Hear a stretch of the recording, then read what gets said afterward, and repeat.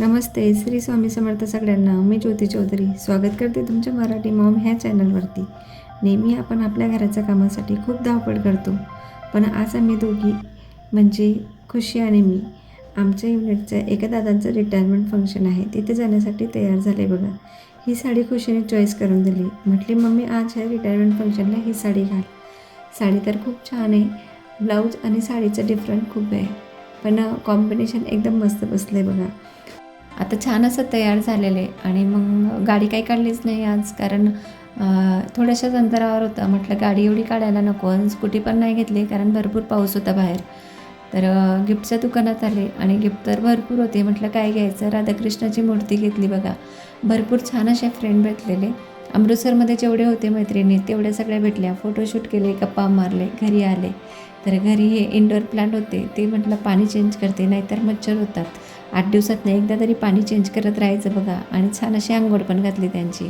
तर आपल्या कामात लगेच लागलं तर काम पण ॲक्टिव्ह पण राहतो आपण आणि काम पण पटपट संपतं आहे बघा. मला असं वाटते माणसाने नेहमी स्वतःला कुठल्या ना कुठल्या चांगल्या कामात बिझी ठेवलं पाहिजे.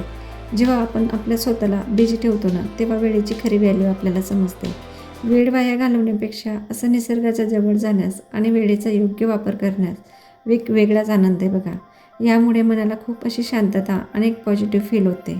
मी ना हमेशा मला स्वतःला पुश करत असते. मला चांगलं होण्यासाठी काय करायचं असेल हे मी विचार करते. मी आधी स्वतःवर विश्वास ठेवते आणि कठोर परिश्रम पण करते बघा. चुकांमधून शिकते, दररोज थोडी थोडी का असेना प्रगती करत असते. प्रत्येक गोष्ट आज नाही पण उद्या होईल, पण व्यवस्थित होईल ही मला गॅरंटी आहे. काही वेळा आपल्याला ना एकांतामध्ये विचार करायला पाहिजे बघा. मी पण तशीच करते. आपल्यात सगळ्यात जास्त इम्पॉर्टंट काय आहे, काय असू शकते, पैसा, सोनं का अजून दुसरं काही. माझ्या मताने असं वाटते मला, पैसा किंवा सोनं आपण काहीतरी इतर वस्तू वापस आणू शकतो, पण एकदा का वेळ गेली ती आपल्याकडनं वापस आणू शकत नाही बघा. आपण प्रत्येक गोष्ट असं विकत घेऊ शकतो, पण टाईम कधी विकत घेऊ शकतो का? नाही. आणि प्रत्येकाकडे बघा लाखो कमवू द्या, करोडो कमवू द्या, अरबो कमवू द्या, त्यांच्याकडे पण तेवढाच टाईम 24 घंटे आणि आपल्याकडे पण तेवढाच टाईम, पण ते सफल कसे होतात आणि कुणी कुणी कसं मागे राहून जातं आहे बघा. हे असं का होत असेल? कारण टायमेचा व्हॅल्यू. फरक फक्त एवढाच आहे की ते आपल्या कामासाठी डिवोटेड असतात आणि वेळेचा खूप असं व्यवस्थित वापर करतात. आजकाल आपण बघतो कधी कधी काही लोक असे मोबाईलमध्ये खूप जास्त वेळ वाया घालवतात. मोबाईल वाईट नाही आहे, पण त्याचा फक्त चांगल्या कामासाठी उपयोग केला पाहिजे. सारखं काही जण असं स्क्रोल करत राहतात दिवसभर. रिकाम्या वेळात मोबाईल स्क्रोल करत बसण्यापेक्षा असं काहीतरी चांगलं काम केलं पाहिजे. आयुष्यात पैसा किंवा सोनं महत्त्वाचं नाही आहे, तर वेळ सर्वात जास्त महत्त्वाची बघा. पैसा आणि सोनं तर परत कमवता येईल, पण वेळ गेलेली वाया कधी परत येत नाही. जे वेळेला व्यवस्थित ओळखतात तेच आयुष्यात पुढे जातात आणि जे वेळेचा व्यवस्थित वापर करत नाहीत ते नेहमी मागेच राहून जातात बघा.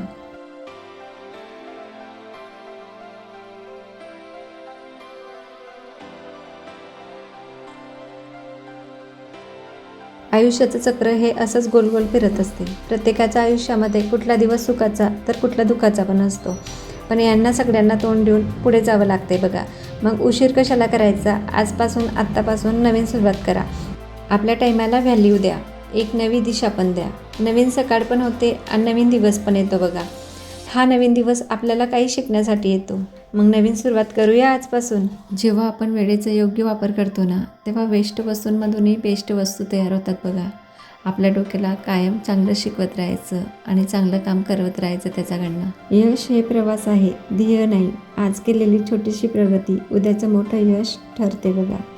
आणि यश हे एक दिवसात मिळत नाही, पण दररोज केल्याने छोट्या छोट्या प्रयत्नांनी नक्कीच मिळते.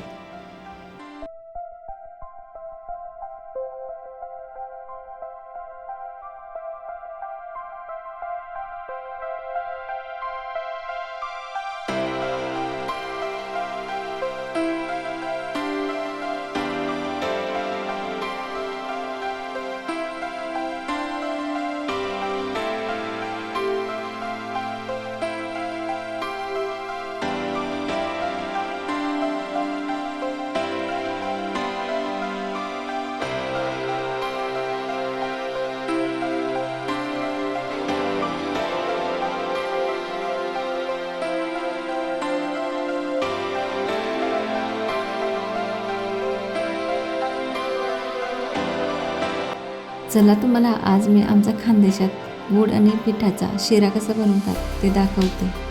हे डिलिव्हरी बॉयसाठी एकदम उत्तम आहे बघा, आणि गुरुद्वारामध्ये पण प्रसाद म्हणून दिला जातो. खुशीने काही तिथं जेवण केलंच नव्हतं, कारण तिथं भरपूर असं पायसी होतं पनीर वगैरे.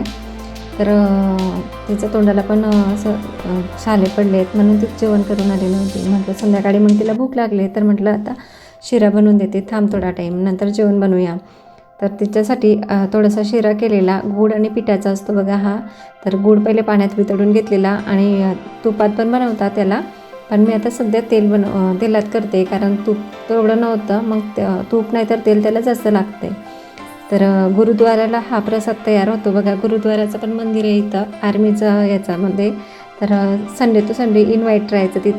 आमच्याकडे कुणाला बाळ वगैरे झालं तर मग त्या लेडीजला असं शिरा करून घालतात बघा. थोडंसं गूळ घालायचं आपल्याला आवडेल तेवढा, आणि पिठात नाही तर तुपात छान असं ब्राऊन होईपर्यंत भाजून घ्यायचं. खोबरं आणि विलायची घालायची, थोडं थोडं करून पाणी घालायचं. एकदम घातलं तर गाठी पड. डिलिव्हरी बाईसाठी तर एकदम मस्त आहे बघा, कारण बाळाला पण त्रास होत नाही खाल्ल्याने. तर म्हणून डिलिव्हरीमध्ये जास्त सहसा करून हे 1-2 महिन्यासाठी हा शिरा दिला जातो. तर खूप याच्याने फॅट पण वाढते, म्हणून कधीतरी आमच्यासारख्यांना ठीक आहे. तर चला, श्री स्वामी समर्थ सगळ्यांना. रात्र झाले बघा, पाऊस सुरू झाला आहे. व्हिडिओ आवडला असेल तर नक्की लाईक करा आणि कमेंट करायला विसरू नका. बाय.